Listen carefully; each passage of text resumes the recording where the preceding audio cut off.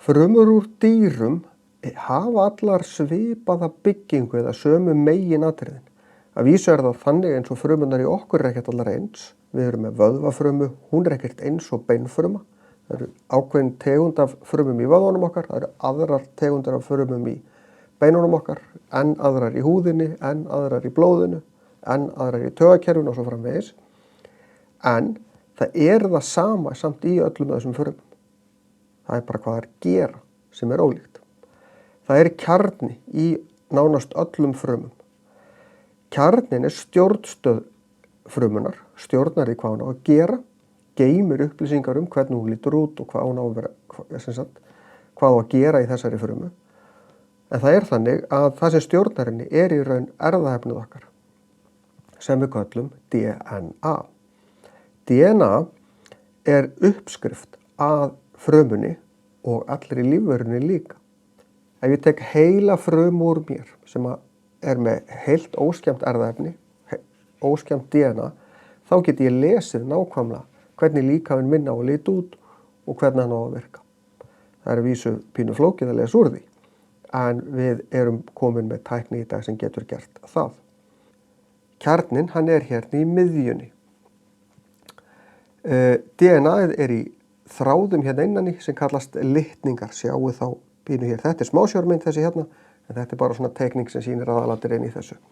Frumuhimna það sem utan frumuna, heldur henni saman, stjórnar hvað fer inn og út, sumt eins og vatn fer bara auðveldlega inn og út á meðan stærri efni, svo til dæmis maturinn sem við borðum, það þarf að flytja hann inn fyrir og úrgangsefni þá út.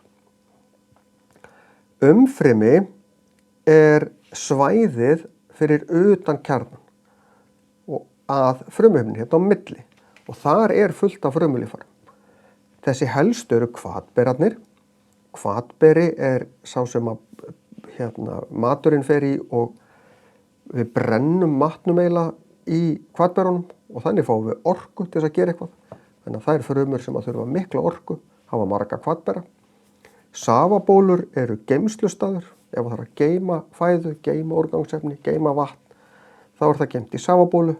Netkorn og frymisnet það sem gerir svona það sem frumur gera helst og það að búa til prótín eftir uppskrift frá DNA, frá erfðaefninu. Þannig að þetta eru það sem svona helstu frumulíffæri, þau fleiri, en þetta svona aðalatriðin í þessu.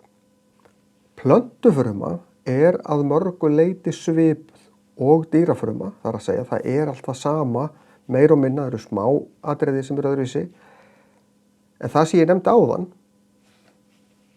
frumukjarnin, frumuhimnan, hvatberinn, safabólan, frymisnetið og netkornin, þetta allt í plöntufrumu líka og gerir það sama.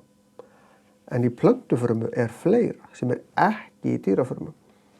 Og það frumuveggur, hann utan frumuna, hjálpar plöntunum að haldast uppi. Því að plöntur ekki með neinn bein eins og við til þess að halda okkur uppi. Þannig að plöntuveggurinn harður.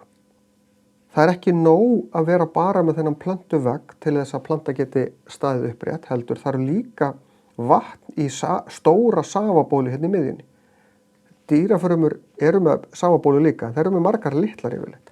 Plöntufrumur oft með eina stóra sem geymir aðalega vatn og vatnið ýtir á móti frumuvegnum því að hvað gerir planta eða bara blóm heima í okkur sem fær ekkert vatn? Jú, hún leggst niður. Það því að þá vantar vatn í safabólunar og þá dugar frumuveggurinn. Þó sé pínuharður, hann dugar ekki til þess að halda plöntun upp og hún limpast niður. Í plöntufrumum líka grænukorn. Það það sem gerir allar plöntur meira og minna grænar. En það efnið sem stundar það sem kallað ljóstillífun. En ljóstillífun þegar að plöntur búa til sykur með orku frá sólinni. Og það í raun orkan eða næringin sem plöntur fá. Við og dýrin borðum aðrar lífverur eða afurðir, eitthvað sem aðrar lífverur búa til, á meðan að plöntur búa þetta til sjálfar með orku frá sólinni. Frumur fjölga sér með því að skipta sér. Ein fruma tvöfaldar það sem í nýjunni eða því sem næst og svo dettur hún bara klippist í sundur. Það dregst helmingurinn hingað og helmingurinn hingað og svo slitnar þetta í sundur og þá verða þetta 2 frumur eins og svo sem við byrjuðum með. Svo getur þetta gerst aftur og aftur og aftur. Þannig verða til mjög margar frumur. Það er þannig í flestum lífverum að því er stýrt hvaða frumur mega skipta sér. Þegar ef að frumurnar mínar væru bara allar að skipta sér einhvern veginn, þá líti ég ekkert eins út í dag og á morgun. En við lítum nokkurn veginn eins út frá einum degi til næsta dags. Það er af því að þessu er stýrt. Þannig að frumurnar okkar, það eru bara ákveðna frumur sem mega skipta sér.